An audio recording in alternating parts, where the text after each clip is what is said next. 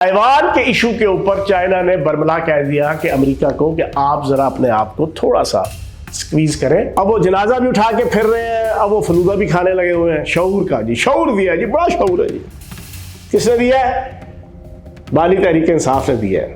ادھر جاؤ کے پی کے اندر نہ کوئی جان محفوظ, نہ کوئی مال محفوظ, نہ کوئی عزت محفوظ. اور بے الو کے پٹھے, تیری پارٹی کی حکومت ہے, تیرے گروہ کی حکومت ہے. بسم اللہ الرحمن الرحیم. آزاد ڈیجیٹل کے ساتھ میں ہوں فیاض الحسن چوہان. آج کچھ انالیسس جو ہے وہ ڈومیسٹک ایشوز کے اوپر ہوگا اور کچھ انٹرنیشنل ایشوز کے اوپر. ڈومیسٹک ایشوز میں جناب اقبال آفریدی سے لے کے سہیل آفریدی تک کا تذکرہ ہوگا اور پی ٹی آئی کے شعور کا. اور انٹرنیشنل ایشوز جو ہیں وہ بڑے امپورٹنٹ ہیں. ایک جناب آپ کا ٹرمپ شی جن پنگ کی ملاقات, امریکہ اور چائنا کی آپس میں نئے سرے سے ایک دوستی کا عزم کرنے کی داستان کیا ہے. اور دوسرا عباس اراغچی جو برکس کے اجلاس میں شرکت کرنے کے لیے انڈیا پہنچے, تو وہاں کی کہانی کیا ہے. تو پہلے میں آپ کے سامنے انٹرنیشنل ایشوز کے اوپر کچھ گوش گزار کروں گا. اب یہ جو امریکن پریزیڈنٹ ڈونلڈ ٹرمپ نے وزٹ کیا پچھلے 2 دنوں کے اندر, آپ نے دیکھا, میں یہ سمجھتا ہوں کہ اس نے بڑی خوبصورتی کے ساتھ چائنا کو کور کیا ہے.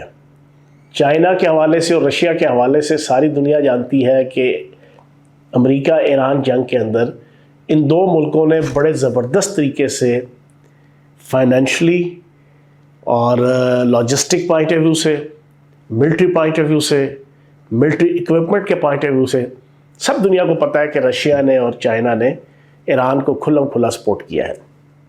اور اس پہ امریکہ کی اپریہنشن بھی تھی, ریزرویشنز بھی تھیں, سیخ پا بھی تھا امریکہ, غصے میں بھی تھا, غم میں بھی تھا, اور ہر قسم کا نیگیٹو سینٹیمنٹس امریکہ کی چائنا کے حوالے سے موجود تھے.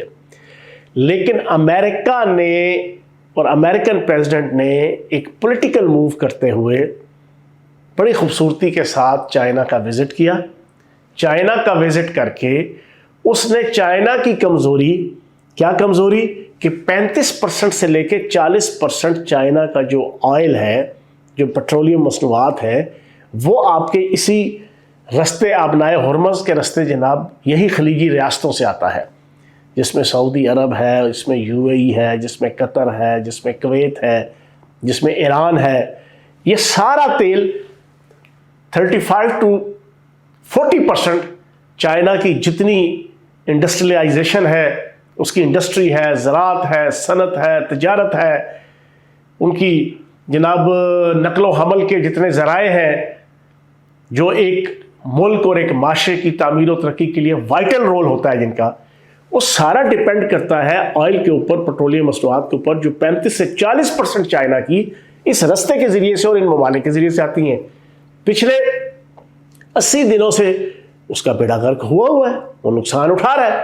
تو اس نے چائنا فرسٹ کی آئیڈیالوجی اور نیریٹو کے تحت امریکہ کے پریزیڈنٹ کو ویلکم بھی کیا, اس کے ساتھ بیٹھ کے نیگوشیٹ بھی کیا, اور وہاں پر مشترکہ طور پر یہ اعلان کر دیا کہ آبنائے ہرمز کسی کا نہیں ہے, وہاں سے کسی قسم کی کوئی ناکہ بندی نہیں ہونی چاہیے, نہ امریکہ کی اور نہ خصوصاً ایران کی, اور وہاں پہ کوئی ٹول ٹیکس نہ کوئی دے گا تو نہ کوئی لے گا. یہ امریکہ کی فتح بھی ہے, اور میں یہ سمجھتا ہوں چائنا کی زبردست سی ایک ڈپلومیسی بھی ہے کہ وہ 40% کے قریب پیٹرولیم مصنوعات کہ جو اس کی تعمیر و ترقی کا مین منبع ہے, محور ہے, مرکز ہے, وہ اس کے حوالے سے اس نے چیزوں کو سیف اینڈ ساؤنڈ کرنے کی کوشش کی. اور میں یہ سمجھتا ہوں کہ اس میں ایران کو نقصان ہوا اور ایران کو بیک فٹ پہ جانا پڑے گا. ایک تو یہ جناب امریکہ اور چائنا کی, اور اس میں حاصل کیا کیا امریکہ نے جناب گیو اینڈ ٹیک کیا کیا ایران جناب چائنا کے ساتھ.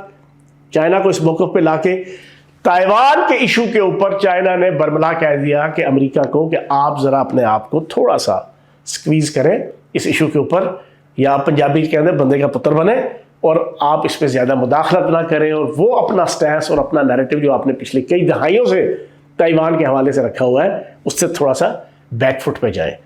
اور ہلکا پھلکے طریقے سے امریکہ نے چائنا کو یقین دہانی بھی کروا دی کہ اس ایشو کے اوپر ہم ٹھنڈے ہوتے ہیں، آپ ذرا ایران کے ایشو پر ٹھنڈے ہو جائیں، اور کسی قسم کا فوجی ساز و سامان، اس کی ترسیل، اس کی فائنینشیل ہیلپ، اس کی ملٹری ایکوپمنٹ اور پیریفرنس کے ذریعے سے ہیلپ وہ نہیں ہونی چاہیے. اور وہ چائنا نے کمٹ کیا. یہ ہے ایک پولیٹیکل موو دو ملکوں کی. اب دوسری طرف اس میں لوزر کون ہے؟ اس میں لوزر ایران ہے. اب ایران نے ایک پولیٹیکل موو کی. ایران برکس کے اجلاس کے اندر جو ایک آرگنائزیشن ہے، اور میں یہ سمجھتا ہوں کہ امریکہ کے ڈالرز کے پیرل جناب یہ پچھلے کئی سال پہلے جناب یہ آرگنائزیشن بنائی گئی، جس میں Brazil, India, Russia, China, Indonesia, یہ سارے ممالک شامل ہیں. وہاں اس کا اجلاس تھا. اس اجلاس میں عباس اراغچی گئے انڈیا، لیکن وہاں جا کر عباس اراغچی نے جو ٹکے ٹوکرے کا نہیں چھوڑا انڈیا کو، مودی کو، جے شنکر کو، وہ ساری دنیا نے پریس کوریج کے ذریعے سے دیکھ لیا، سن لیا، جان لیا، مان لیا. عباس اراغچی بظاہراً مودی سے بھی ملاقات کی، بظاہراً اجے شنکر سے بھی کی، لیکن وہاں پر بیٹھ کے، انڈیا میں بیٹھ کے انہوں نے کہا جو اسرائیل کا دوست ہوگا ہم اس کو چھوڑیں گے نہیں، جو اسرائیل سے یاریاں نبھائے گا ہم اس کا بیڑا غرق کریں گے. اور وہاں پر یو اے ای بھی موجود تھا، اور یو اے ای کو بھی یہ میسج دیا، اور وہاں پر انہوں نے اس چیز کو ایکسپوز کیا کہ ہمیں پتہ ہے کہ ہماری جنگ کے درمیان امریکہ ایران جنگ اور اسرائیل ایران جنگ کے درمیان کس کس طریقے سے یو اے ای میں نتن یاہو کے دورے ہوتے رہے، اور کیا جناب آپس میں وعدے وعید ہوتے رہے، کیا جناب آپس میں جفیاں پپیاں ہوتی رہیں.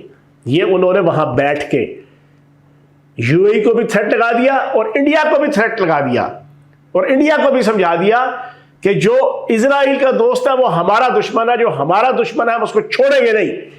میں یہ سمجھتا ہوں یہ منہ پہ تمانچہ ہے انڈیا کے، انڈین اسٹیبلشمنٹ کے، اور مودی سرکار کے، اور ہندوتوا سرکار کے.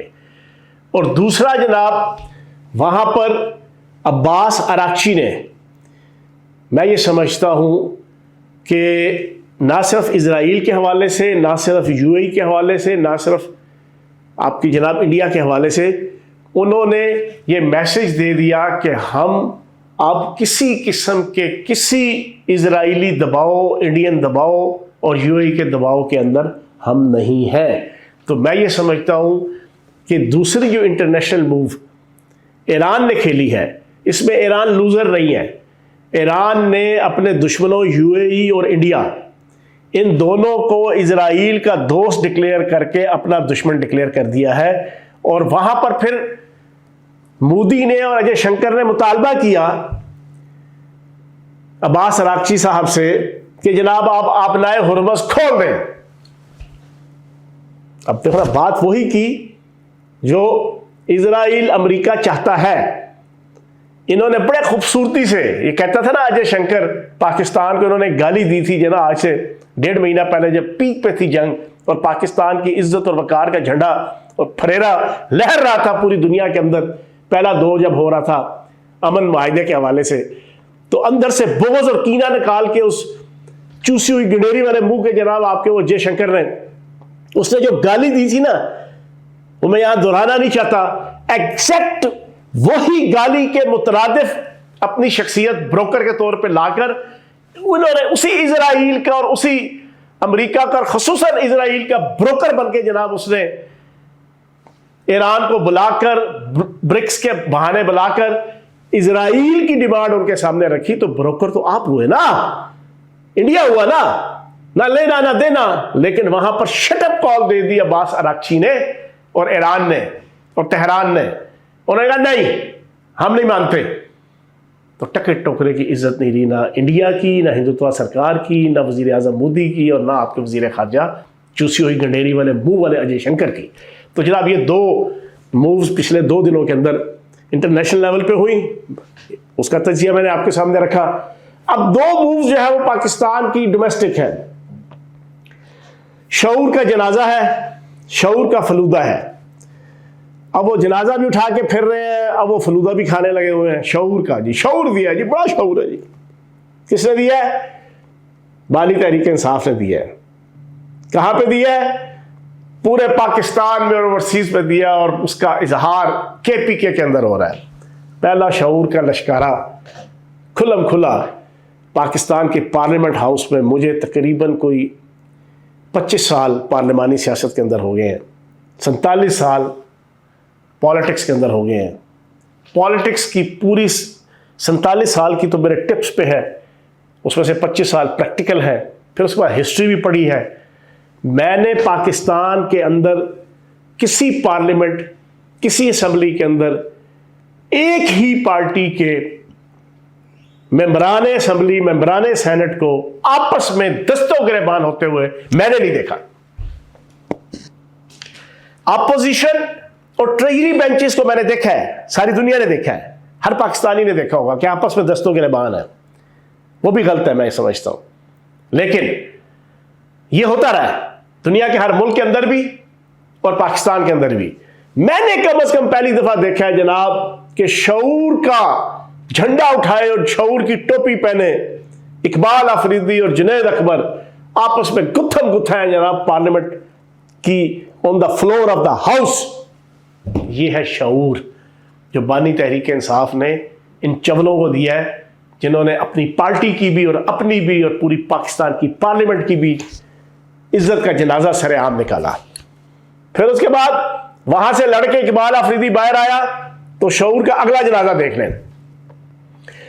اس کا بیٹا بلیو پاسپورٹ ہوتا ہے سرکاری VVIP جو پرسنالٹیز ہوتی ہیں, MNA, MPA, سینیٹرز یا کوئی گریڈ 22 کے یا 21 کے آفیسرز, اور اسی طریقے سے کوئی جوڈیشری کے ججز, اور جناب فوج کے اندر آئی تھنک سو کے جو جنرل ہوں گے ان کے, جو پاکستان کے اندر VVIP آئین پاکستان کے مطابق لوگ ہیں, ان کے بلیو پاسپورٹ ہوتے ہیں.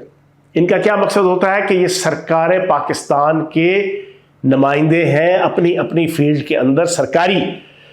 اب اس کو being MNA PTI blue passport ملا, لیکن اتنا لالچی اور گریڈی طبقہ ہے یہ پورا نقدہ کوکا کی تحریک, ان کی لالچ کا اندازہ لگائے. انہوں نے اس بلیو پاسپورٹ کی عزت کا ستیاناش پھیر دیا اور سر عام جنازہ نکال دیا. اپنے بیٹے کو اس بلیو پاسپورٹ کے اوپر اٹلی کے اندر سائلم جناب سیاسی پناہ وہ دلوا دی.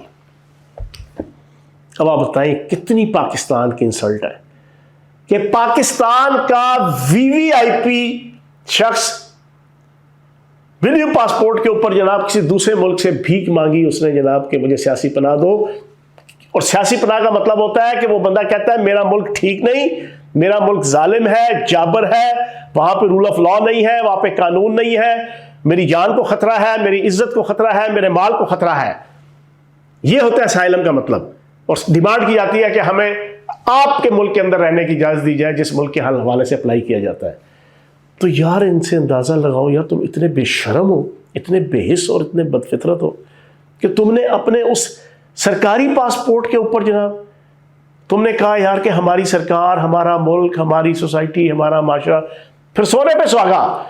اس کے اوپر جب صحافیوں نے سوال پوچھا اقبال آفریدی سے, شعور کے ٹھیکیدار سے, PTI کے لیڈر سے, تو جناب باہر آ کے اس نے جو پاکستان کے خلاف زہر اگلنا تھا, جو پاکستان کی سونی دھرتی کے اوپر, میرے ملک کے اوپر, میری جان کے اوپر, میری آن کے اوپر, میرے شان کے اوپر, جیوے پاکستان کے اوپر جو اس نے زہر اگلا, وہ بھینگا پاکستانی میرا دل چرا ہوا, اور پاکستان کے 26 کروڑ پاکستانیوں کا دل چرا ہوا.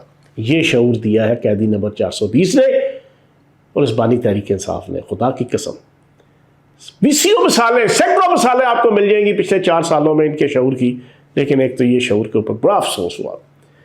ناچ نہ جانے آنگن ٹیڑھا, ملک خراب ہے, ملک کا بیڑا غرق ہے, قانون نہیں ہے, ظلم ہے, جبر ہے. ادھر جاؤ KPK کے اندر نہ کوئی جان محفوظ, نہ کوئی مال محفوظ, نہ کوئی عزت محفوظ. اور بے الو کے پٹھے, تیری پارٹی کی حکومت ہے, تیرے گروہ کی حکومت ہے, تیرے نیریٹو کی حکومت ہے. 13 سال سے تم جوکوں کی طرح مسلط ہوئے ہو. بدقسمتی ہے KPK کی عوام کی, اور تم جناب ناچ نہ جانے آنگن ٹیڑھا، تم کہتے ہو جناب وہاں کے حالات ٹھیک نہیں تو حالات فرشتوں نے اوپر سے آ کے ٹھیک کرنے ہیں، تمہاری پارٹی نے کرنے ہیں نا، تمہاری لیڈرشپ نے کرنے ہیں جو تم نے نہیں کیے، اور بورد نظام پورے پاکستان کو، ریاست پاکستان کو، سونی دھرتی کو دینے لگے ہوئے، تو اس کے اوپر بڑا افسوس ہوا۔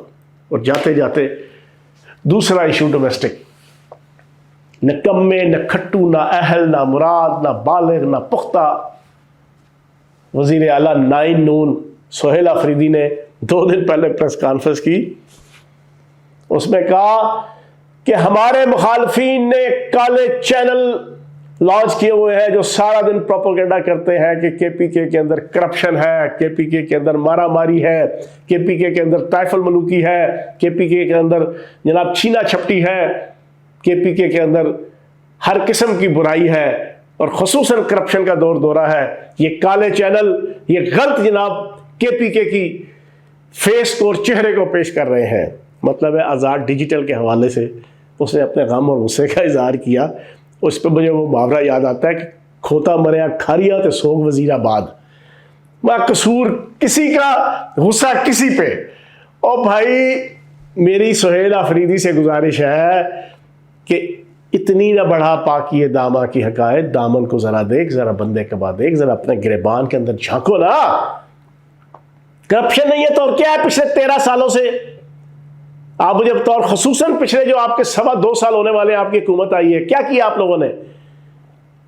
کوستان سکینڈل اربوں روپے کا، 40 سے 50 ارب کا، مردان سکینڈل، پشاور سکینڈل، جناب آپ کا فاٹا سکینڈل، آپ کا جناب دہشت گردی کا سکینڈل، آپ کے دہشت گردی کے فنڈز کا، آپ کے مہاجرین کی جناب ڈسلوکیشن کا، آپ کا کوئی ایشو، کوئی محکمہ اٹھا لو، زراعت، صنعت، تجارت، تعلیم، پٹواری، محکمہ مال، محکمہ ٹرانسپورٹ،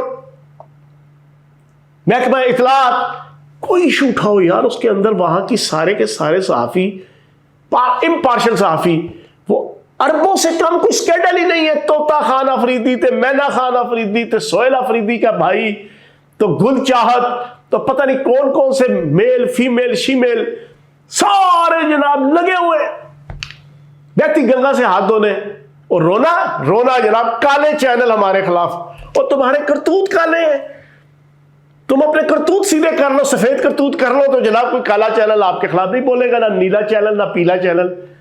تو جناب اپنا آپ ٹھیک کرو۔ آپ نے جو انی ڈالی ہوئی ہے نا، ابھی تو چیزیں ساری تھوڑی سی کنسیلڈ بھی ہیں اور تھوڑی سی کنٹرولڈ بھی ہیں کہ اقتدار آپ کے پاس ہے، یہ ذرا اقتدار جانے دو۔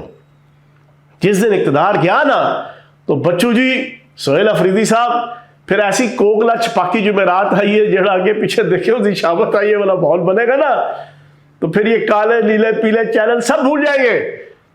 پھر آپ کے کانوں کے نیچے سے دھوئیں آپ کے کانوں سے بھی نکلیں گے اور پبلک کے کانوں کے نیچے سے بھی دھوئیں نکلیں گے، جب انہیں پتہ چلے گا کہ یہ سکینڈل وہ سکینڈل وہ سکینڈل، اتنے ارب اتنے کھرب اتنے ٹریلین اتنے بلین، تب پتہ چلے گا۔ تو اپنے کرتوت سفید کرو سہیل آفریدی صاحب، تو کوئی بھی کالا چینل آپ کے خلاف نہیں بولے گا۔ Thank you very much.